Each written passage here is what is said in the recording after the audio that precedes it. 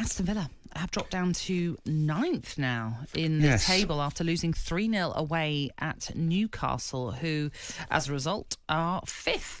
Jhon Duran was shown a straight red card with the score at 1-0 following a coming together with Fabian Schär. After the game, the Villa manager Unai Emery emphasised that the incident was not intentional. We are going to appeal, of course. We are going to appeal. We are going to appeal because one case was similar this year with Bruno Fernandes. Manchester United was sent off as well, and then they appealed and they got it for them playing with the player the next matches. Hopefully with Jhon Duran we can do it. So looking as though they're going to appeal that red card that was given in that game. I know you've looked at it. We've looked at it a few times with the benefit of replays, etc. It was Anthony Taylor who was the referee, who didn't consult a monitor or anything like that. It was down to his decision. A straight red card was given. What did you think of it? Well, people are going to think I'm being biased towards Aston Villa, but I actually watched the incident and I listened to the commentators who were convinced it was a red card and there was no need for it. And the more I kept looking at it, I don't think there was any intent from Duran to stamp on Schär's back. And if you watch it closely again, it's a through ball over the top. The two of them have come together. They're both like 6'3", and they bundled into each other. And if you watch, Duran's trying to get to the ball past Schär, and his last step, he goes over on his ankle. Like he flips his ankle completely. If you watch it again, it's like you cringe. And that sent him off balance, and his standing leg, I think he was intending to step over Schär, but it's ended up going into his back, and his studs of it, his back, but sort of gone up. He's not stamped on Schär. And I honestly think if you played football, you understand what happened there. His last step knocked him off balance. It wasn't intentional. It's interesting, isn't it? A lot of people talk about the word deliberate or intent. We have to remember that those words are not necessarily involved when it comes, especially the word intent, because you can't really you can't deem whether something is intent or not. What's he sent him off for then? It's violent conduct. He was sent off violent conduct. For intentionally stamping on Schär? You can't say the word intent. Can't you? There's no use of the word intent in the law. So it's just what he deems as some sort of excessive force in challenging an opponent, for example.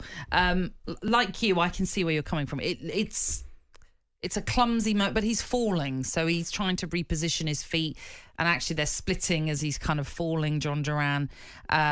His left foot, he's flipped his ankle. Now, if you watch his left foot, watch the tackle again, anybody who can get their hands on it. As he plants his last step, his ankle flips over on the outside. How he's not done his ankle ligaments, I don't know. Yeah. And then I think he was intending on stepping over him, but he's ended up falling into it. His studs have gone into Schär's back. I don't think he done that on purpose. I think he was trying to step over him. Yeah. Interestingly, what I also thought, Eddie Howe himself thought it was quite a harsh red card. He thought it was maybe harsh. That was my gut feeling. He said he was a little surprised that the red card came out. Alan Shearer as well said it was slightly harsh. When you're travelling at that much speed, how can you be certain he's got nowhere else to put his foot? So some may be thinking, and I think Unai Emery certainly thought the VAR might have got involved, or at least asked Anthony Taylor to go and look at the monitor to just double check that is what a red card would be. But that did not happen. As you can imagine, our very own Gabby Bonglahor on Instagram said, "Miss watching this referee." He'd included a picture of the famous Pierluigi Collina. Now he says, now we have the worst standard referees in Europe, Anthony Taylor and Michael Hollywood Oliver, he says. Well, referees make mistakes. I've ref training every day. It's the hardest job ever with no linesman in training, right? They all cheat. All the players cheat. It's our ball. No, it's not. It's their ball, right? They all cheat every day, trying to get the edge. They're bred to win, even in five-a-sides. So it's hard refereeing. And I understand if a referee gets badly positioned on the pitch and doesn't see an incident properly, what I can't forgive is when it goes up to VAR and they have 6 TV screens and they've got 3 minutes to look at it and they come to the conclusion that that was deliberate. Yes. I can't get my head around that because I've played football. I can tell. I've been stamped on the back. I've had people stamp on my back. You can tell when it's deliberate. Just to reiterate the law then as to why Anthony Taylor thought it was a red card. This is to do with violent conduct, which is why Duran was sent off. Is when a player uses or attempts to use excessive force or brutality against an opponent when not challenging for the ball or against a teammate, team official, etc., or any other person, regardless of whether contact is made. Gobbledygook. Well, of course, yeah, absolutely. I can't make head or tail of that. Well, violent conduct is when a player uses or attempts to use excessive force or brutality. I'm not really sure it was excessive force or brutality.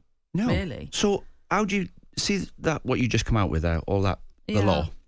What about when Saliba goes in with Fabianski for that corner? It was a corner floated in. And Saliba, I think it was Saliba, it wasn't Gabriel or Saliba. Saliba's going in for the header and Fabianski's coming out to punch it. Yeah. One of them's going to get to the ball first. Yeah. Both of them are just playing football and trying to get the ball first. Yeah. And he gave a penalty. Do you know what? I mean, I'm sure they'll look to appeal it. They'll have to go through that process and put in their written reasons as to why they will appeal that one. Is that violent conduct? Well, the way that the panel works, I would not be surprised if that got rescinded. I don't know why. I just have that feeling. When I think back to what happened with Brentford against Everton when Christian Norgard got sent off in the first half, again, there was a lot of debate whether that was a red or not. That was rescinded. We're going to ruin the game, you know. It's getting ruined. What would you do now if you were Fabianski? He's give a penalty away, coming for a cross, and because he got there a split second too late, he punches the centre-back, and the ref gives a pen. So if I was him, I wouldn't come for another cross. Regardless of that red card, which of course was a game changer because it happened in the first half, just after half an hour in the game. Newcastle went on to win it 3-0 and it puts them 5th in the table. What a recovery by Newcastle, who are now 4 games unbeaten in all competitions, having gone through a 4-game winless run. People were questioning Eddie Howe not so long ago. I don't think those questions are being asked right now. Great goal, Anthony Gordon's the first goal. And you look at it and you think, Matty Cash, do not let him come inside on his right foot. But if you watch the left back, who's overlapping Anthony Gordon, he actually makes Cash sort of half go with the runner, who's the overlap, and then give Anthony Gordon a bit of room to come inside. Top corner, Isak scores again. They're down to 10 men. It ruined the game, actually, because I was looking forward to watching that one. I actually turned it over and watch the Forest game after that. Well, we should talk about Forest, shouldn't we? Because with that victory for Newcastle, by the way, they move into 5th position on 29 points, which means they're 4 off the Champions League places, albeit that Arsenal still have to play tonight. But as for Nottingham Forest, they are 3rd after that 1-0 win over Tottenham. Anthony Elanga getting the only goal in that game. It was a brilliant counter-attack move by Forest. Morgan Gibbs-White driving through midfield, putting that through ball in for Elanga to finish off. Forest, one of your former sides, of course, they are continuing to surprise everybody with the season that they are having. Do you think they can sustain this? Yeah, because they spent 150 million when Steve Cooper was the manager. They come up, got promoted, he got them up. They spent 150 million. Dodgy results, sacked Steve. So now Nuno's walked in and he has got a load of players to choose from. And he's quickly worked out his best team. He's got 2 centre-halves who are big and strong and can defend. Nico Williams and Anya are both good athletes. He's got Anderson and Yates sitting in front of the back 4, which helps him be solid. And then he's got out-and-out Olympic sprinters in the wide areas. Elanga and Hudson-Odoi, lightning, and an old-fashioned centre-forward up the middle. Yeah. So if you want to come at them, they'll let you come to a certain spot and then they'll try and steal the ball off you, which they've done to Spurs. They did that, exactly that. And they're so well drilled defensively. They just hold that line, that shape so well. Yeah. It's so hard to break them down. Fantastic. I mean, when you consider where they were last season to where they are now, I think they've surpassed their points total from last season now. And we're only midway through this league. It's such a turnaround in such a short space of time. Nuno Espirito Santo is just working wonders. There's always one team that does that, though. Isn't there? Every year there's a team that overachieves. And I thought 36 points was Forest's target this year. Just stay up.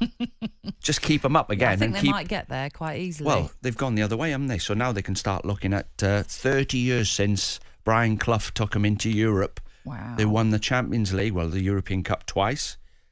It's 30 years, so they must be thinking now, the fans, right, I think we can do it. We can get in there and get some European nights back at the City Ground. Yeah. Brilliant. Brilliant work all round by Nottingham Forest then, who are in third. Depending on what happens tonight in the Arsenal-Ipswich game, they could fall to fourth, but they still have a 5-point cushion between themselves and fifth place Newcastle. So even if they were to lose their next game, which I believe is Everton away, they would still have a little buffer. He's a disciplined manager, isn't he? Yes. Nuno. Discipline, bordering on, if the results are not going your way, boring to watch. But he's got a formula. You stumble upon it sometimes as a manager, and he's got the formula, which is solid back four, pace going the other way. Yeah, the only thing you might be critical of them, and I'm only trying to say if you were to be critical of them, is they don't score many goals. 24 goals is the lowest of any team in the top half of the table, but they've got a really solid defence. Only conceded 19 goals, which is one of the best, I think, third best perhaps in the league. So. And they don't empty the middle of midfield. So the two midfield players, instead of trying to get on the end of crosses up that end, they stay where they are. Well, they're very good at marshalling, aren't they? Yeah, so they don't let any in. talkSPORT Breakfast, waking you up Monday to Friday morning from 6 a.m. on AM, on DAB, via the talkSPORT app and on your smart speaker. talkSPORT.